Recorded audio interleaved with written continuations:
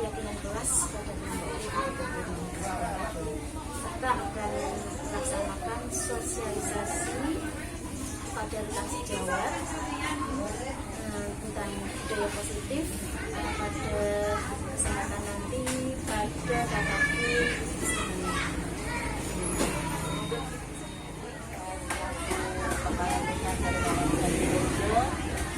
mendukung secara penuh dengan adanya rencana penerapan pelaksanaan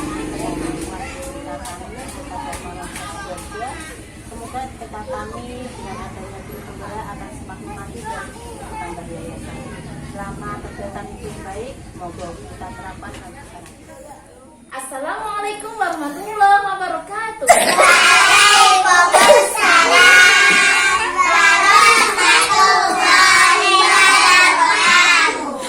Iya anak-anak, hari ini kita akan membuat keyakinan kelas.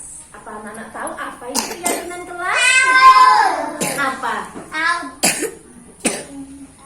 Keyakinan kelas adalah peraturan yang dibuat oleh anak-anak yang disetujui dan harus dipatuhi oleh anak-anak. Nah, kita harus memilih hal-hal yang baik yang akan kita lakukan di kelas ini. Dan jika kita melanggar keyakinan kelas, kita akan mendapatkan konsekuensinya. Siap? Siap? Siap? Tepuk semangat. Membuang sampah pada tempatnya. Ini mengerjakan tugas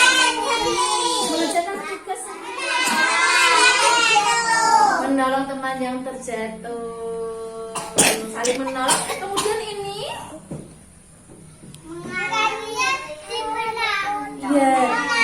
mengantri untuk makan.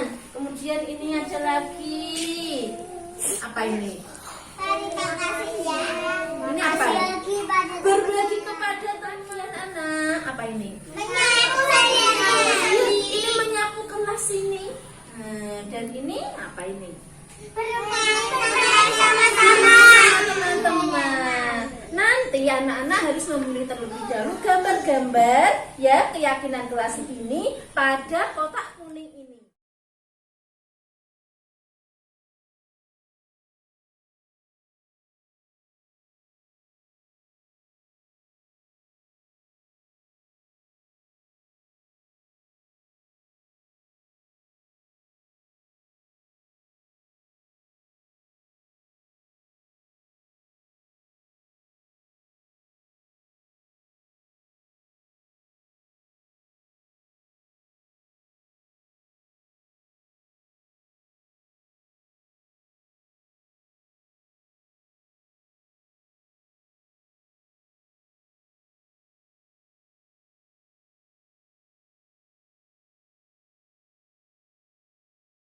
Ini yang dipilih anak-anak.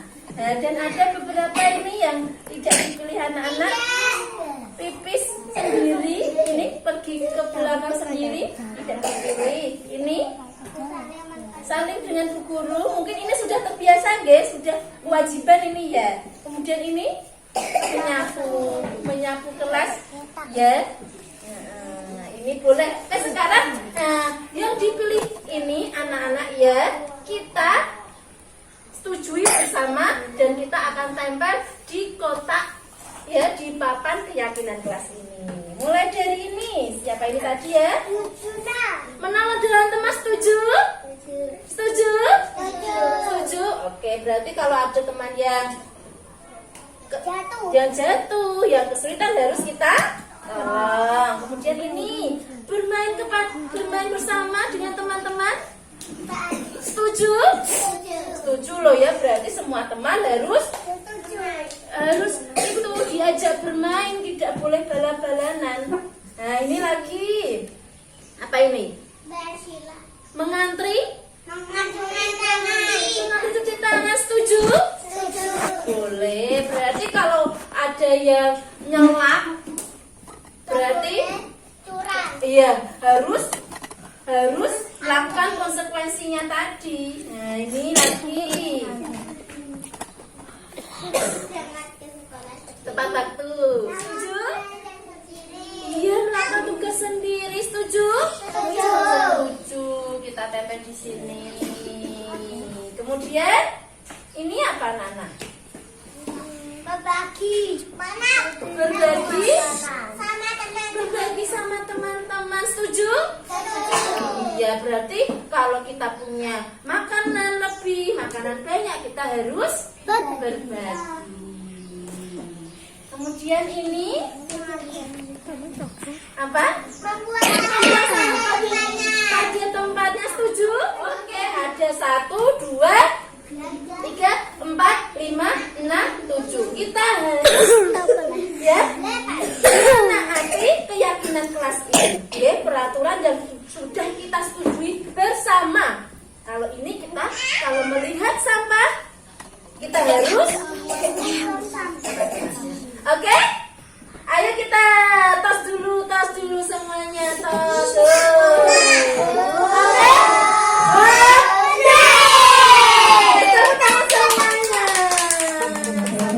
Sosialisasi pentingnya pemahaman budaya positif dan keyakinan kelas. Ya, saya ucapkan selamat datang para guru yang hebat. Oke, mari kita bersama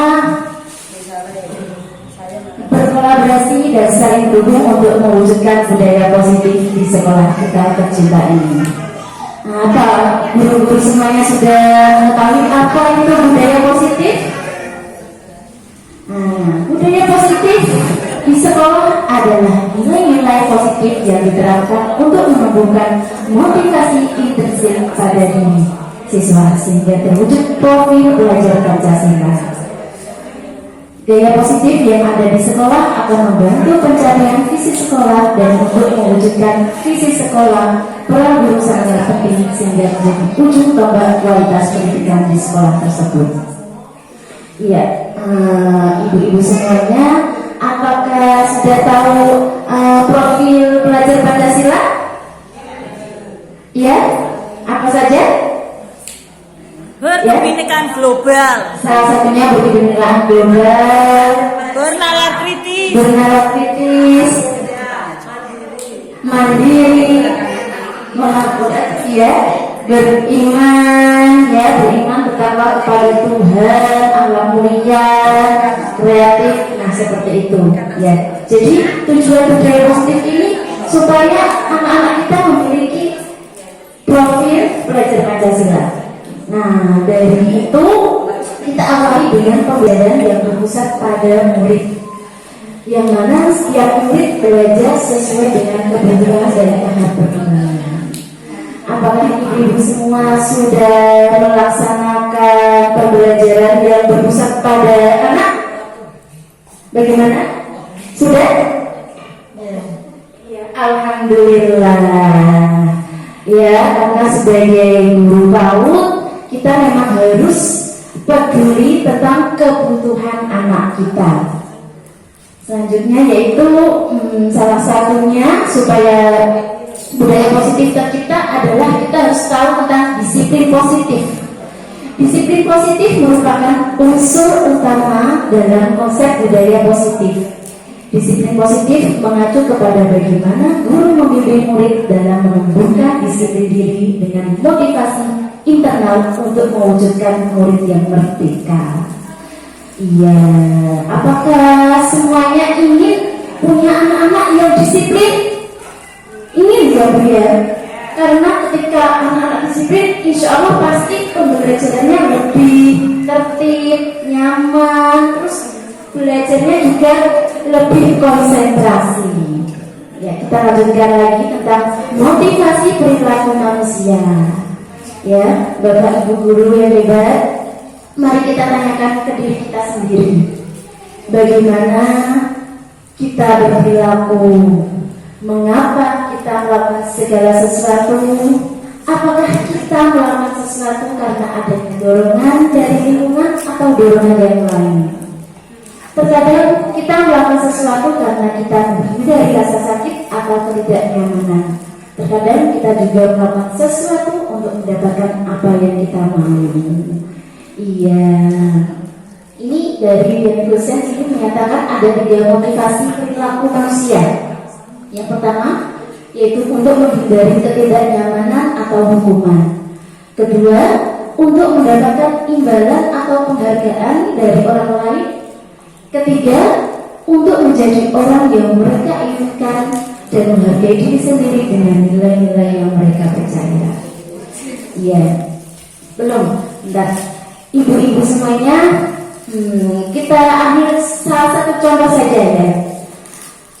Mengapa ibu-ibu hadir tepat waktu untuk mengajar? Dari 3 motivasi ini, coba direnungkan apa motivasi Anda hadir tepat waktu mengajar anak-anak. Oke. Yang nomor 3, iya, memang diharapkan kita memiliki motivasi intrinsik ya, menghargai diri sendiri dengan nilai-nilai yang mereka percaya ya. Menghargai diri sendiri, aku adalah seorang guru, aku harus bersifat ya, bertanggung jawab, menghargai diri bahwa saya bisa menjadi tauladan untuk anak-anak ya. Jadi sebagai guru kita menjadikan contoh ya, dengan hadir tepat waktu. Masa sebagai guru kita terlambat, ya kan? Bagaimana kalau tidak anak-anak kita? Nah, itu akan menjadikan contoh yang kurang baik, enggak? Sehingga kita perlu sekali kesadaran diri, ya, bahwa memperbaiki diri dengan nilai-nilai yang baik supaya kita dapat mewujudkan budaya positif di sekolah kita. Iya, seperti itu. Kita lanjutkan lagi. Nah, ini ada lagi, ini salah satu budaya positif. Kita harus mengerti tentang penghargaan menurut Kohn. Ada beberapa penghargaan. Salah satunya, pengaruh jangka pendek dan jangka panjang. Nah, di sini siapa yang suka sekali memberikan penghargaan kepada anak-anak? Senang dengan memberikan penghargaan kepada anak-anak, misalnya memberikan hadiah, ya, suka sekali ya Bunda ya. Iya, ini ternyata ada minus, ada plusnya ketika kita memberikan penghargaan kepada anak-anak.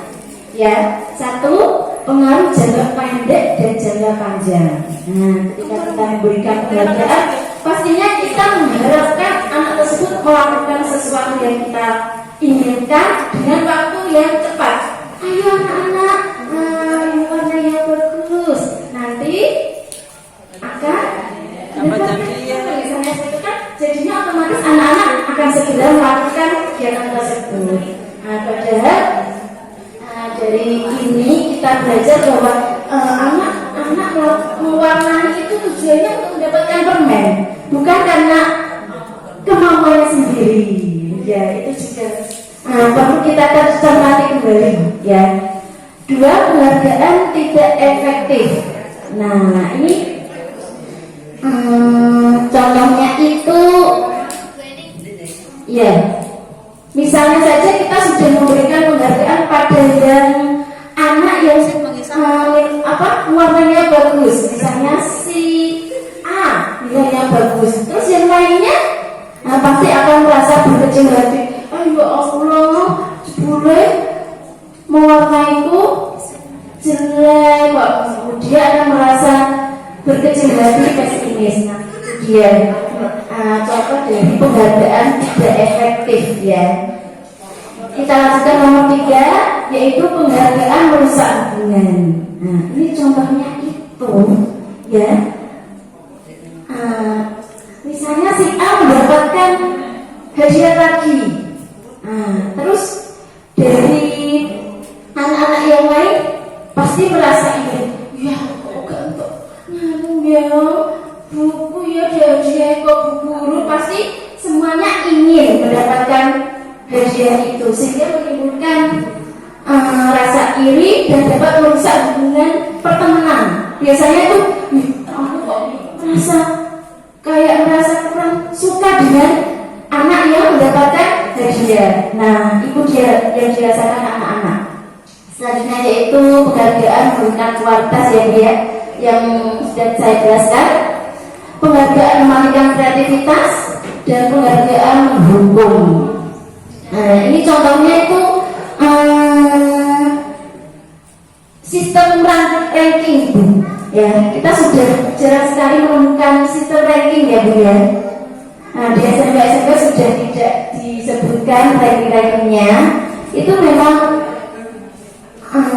itu memang kekurangannya banyak sekali, yaitu bisa membuat iri, merusak hubungan tadi, terus yang tidak mendapatkan ranking merasa pesimis, kemudian yang ranking 2 juga merasa dia bukan cukup baik seperti itu.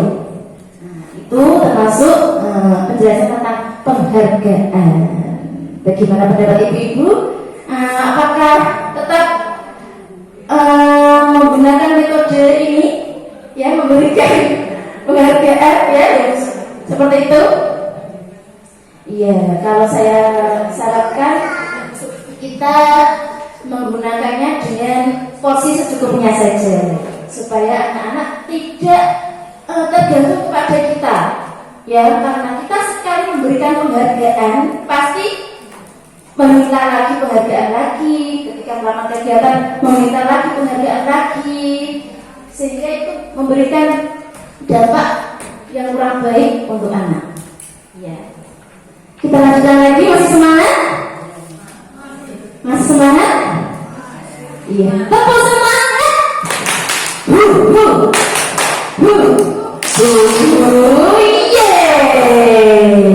Iya, ya, tetap semangat ya. Selanjutnya yaitu posisi kontrol restitusi.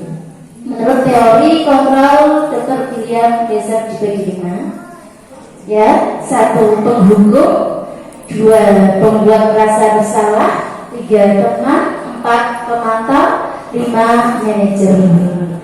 Nah, sebagai guru kita itu punya posisi kontrol, ya bunda-bunda ya. Apakah kita menjadi seorang penghukum?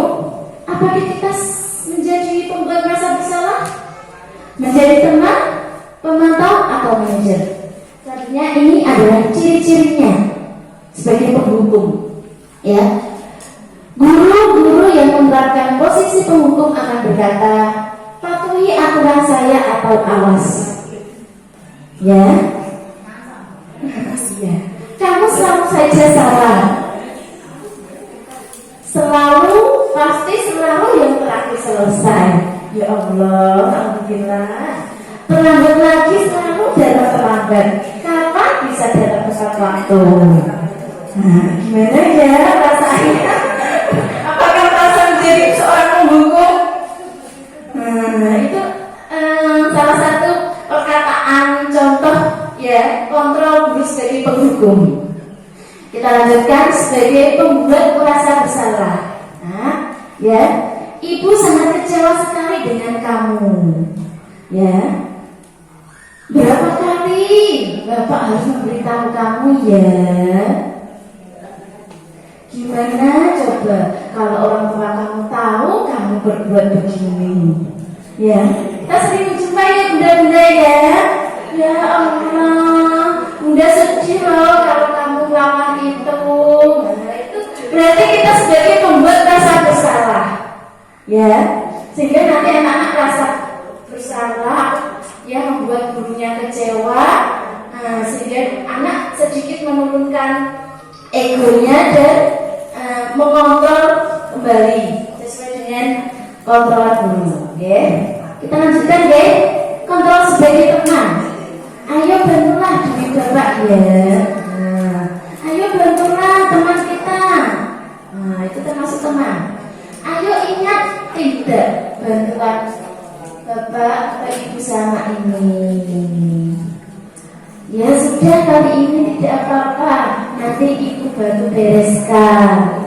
Nah, kita sebagai teman ya, anak-anak bermain Lego berantakan, kemudian ibu membantu membereskan. Jadi kita sebagai kontrol teman. Maka baik menjadi kontrol teman. Iya, bisa jadi kita yang ada. Sebagai pemantau, ya, contohnya yaitu peraturannya apa yang telah kamu lakukan, sanksi atau konsekuensinya apa.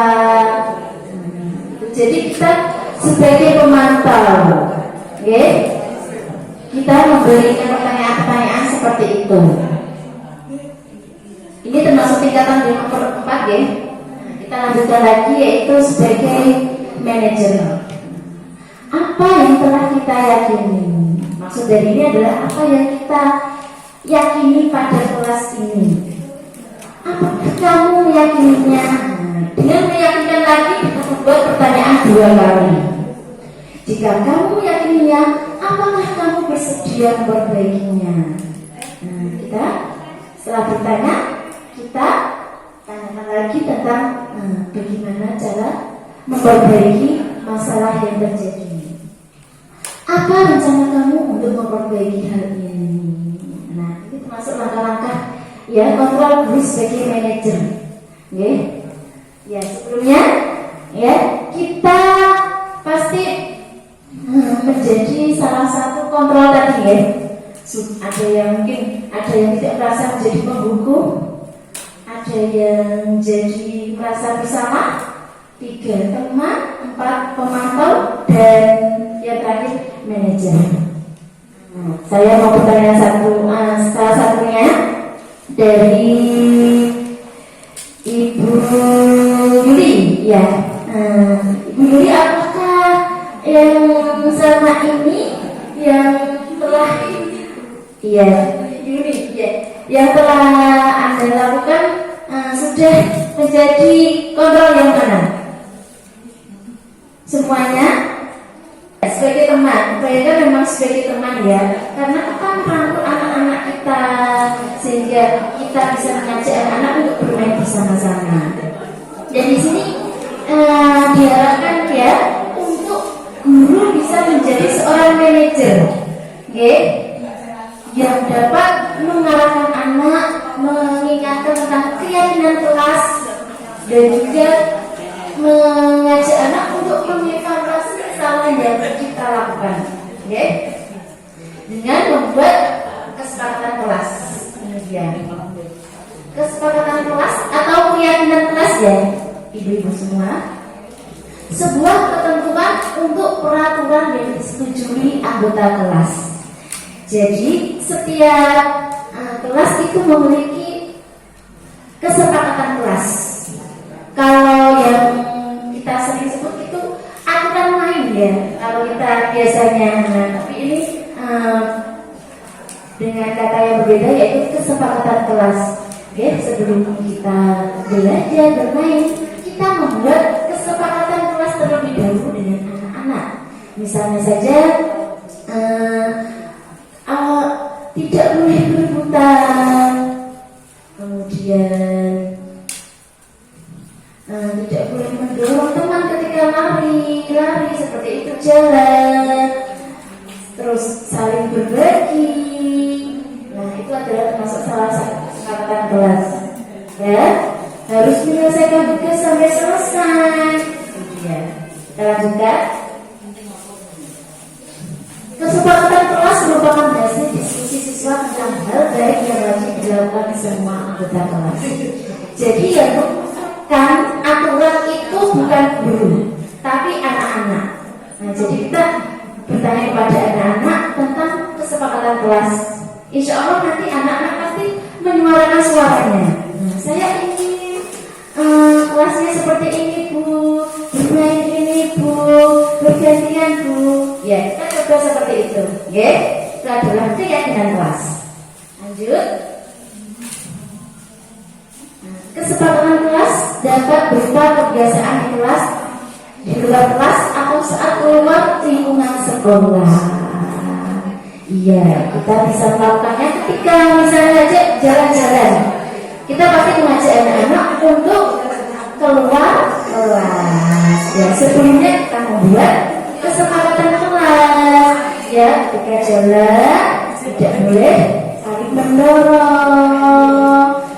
Terus tidak boleh menyalip misalnya saja saja, atau mungkin mampir tulis jajan, kita masukkan ke dalam kesepakatan kelas, ya, supaya ya dengan kesempatan kelas ini anak-anak bisa lebih bertanggung jawab pada dirinya sendiri. Nah, kesepakatan kelas harus menjadi budaya baik karena dilakukan berulang-ulang. Oke, ya.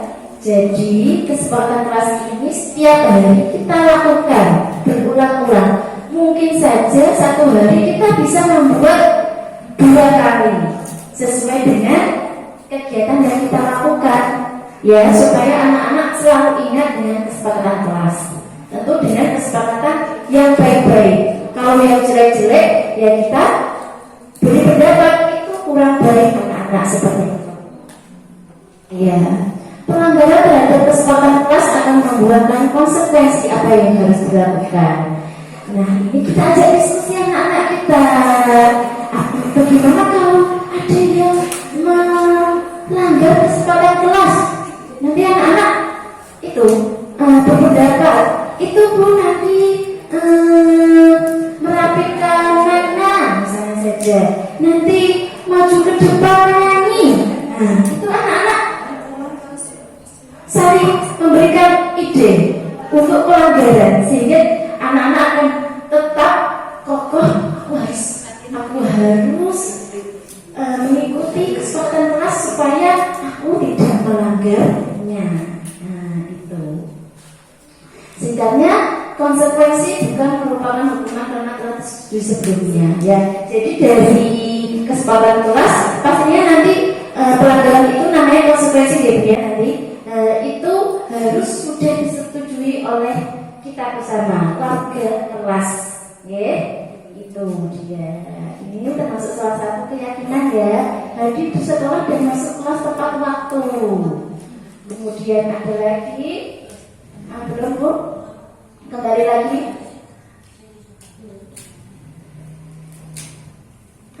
Keyakinan kedua, menjaga kebersihan dan kerukunan kelas bersama. Kondisi kelas dan sekolah harus selalu bersih. Yang ketiga, saling menghormati, menghargai dan mengasihi teman. Nah, ini ada lagi, menjadi murid yang baik, sopan, ramah terhadap semua warga sekolah. Ya, ini salah satu contoh, ya. Tapi kita bebas dengan tentunya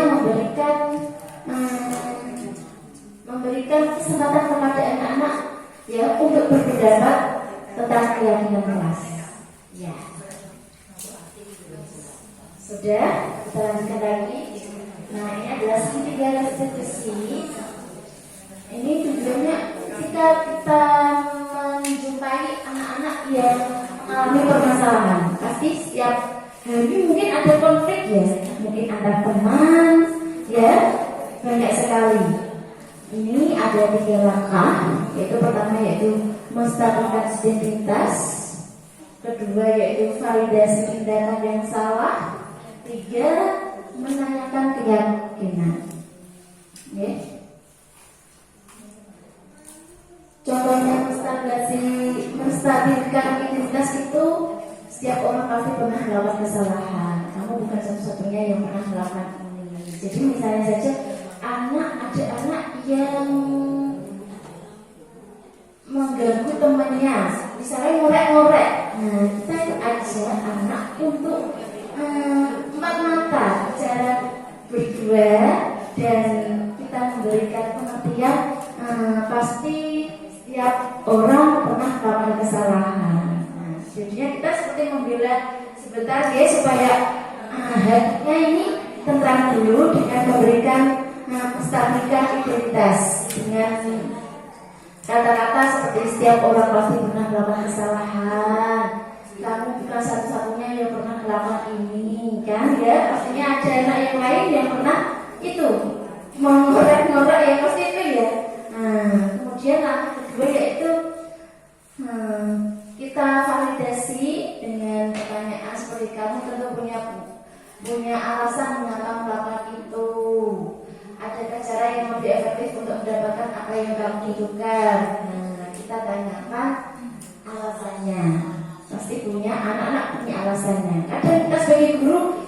dengan cuma langsung ayo apa-apa.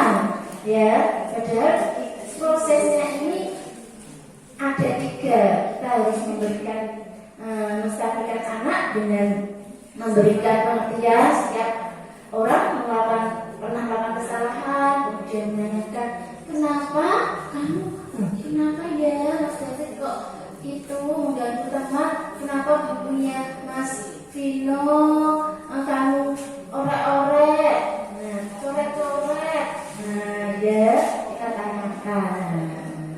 Kemudian yang terakhir itu menanyakan keyakinan.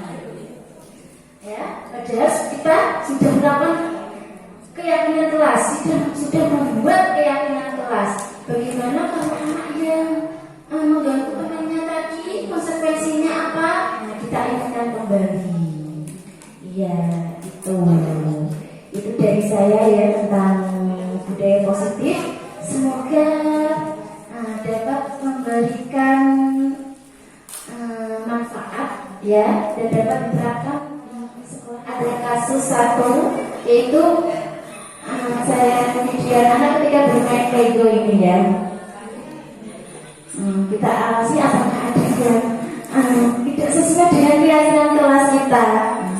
Kita amati sebagai guru.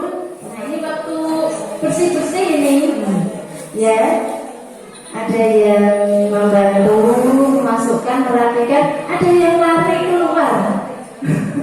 Ini dia. Saya melakukan praktek ini dengan melakukan percakapan 4 mata dengan ini namanya Mas Juna. Kenapa kok Mas Juna ini tidak ikut merapikan Lego? Ya, ternyata alasannya itu dia capek. Iya, dia capek misalnya tidak ingin membantu merapikan Lego. Kemudian kita lakukan segitiga restitusi tadi, menstabilkan bahwa memang anak-anak pasti merasakan capek.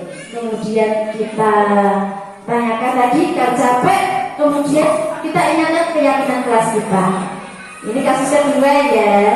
Ini ada Mas L ini tidak merapikan ya sepatunya, dia membiarkan sepatunya di lantai dan tidak menaruhnya di rak.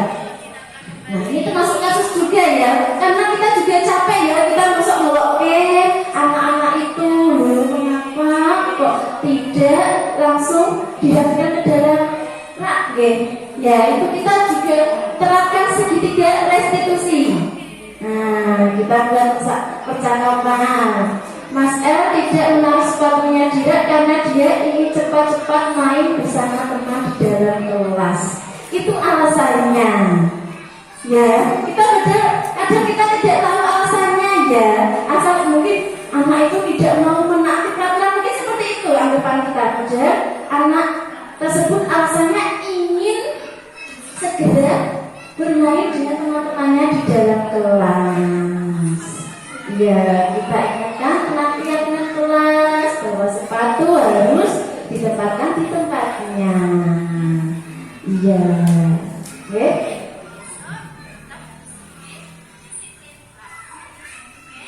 Iya, itu cukup. Oke, salah satu kasus, 2 kasus yang saya temukan di kelompok B di Kadar Komunitas Sidoarjo. Semoga nanti kasus-kasus lain yang ada di lembaga masing-masing kita terapkan segitiga restitusi ini. Ya, terima kasih. Ya, selanjutnya sesi tanya jawab ya.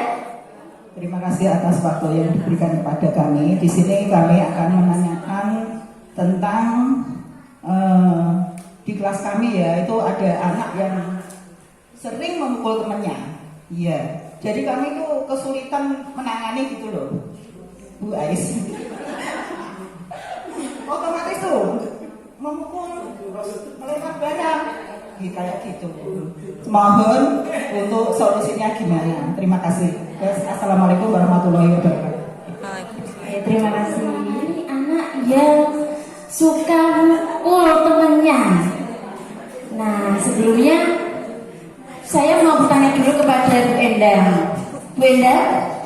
apakah Bu Endang sudah membuat keyakinan kelas? Sudah apa belum? Ya, kesempatan kelas. Sudah? Kalau gini, kalau usil sama punya itu belajar di luar gitu. Iya. Jadi dia main di rumah sendiri. Kan itu maksudnya gitu. Iya. Coba menurut saya kita praktekkan segitiga restitusi, ya, Wendang ya. Kita ketika anak tersebut masuk ya, setelah mungkin kasusnya saya anget-anget Bu ya, ketika anak habis mukul ya misalnya, kita langsung aja keluar.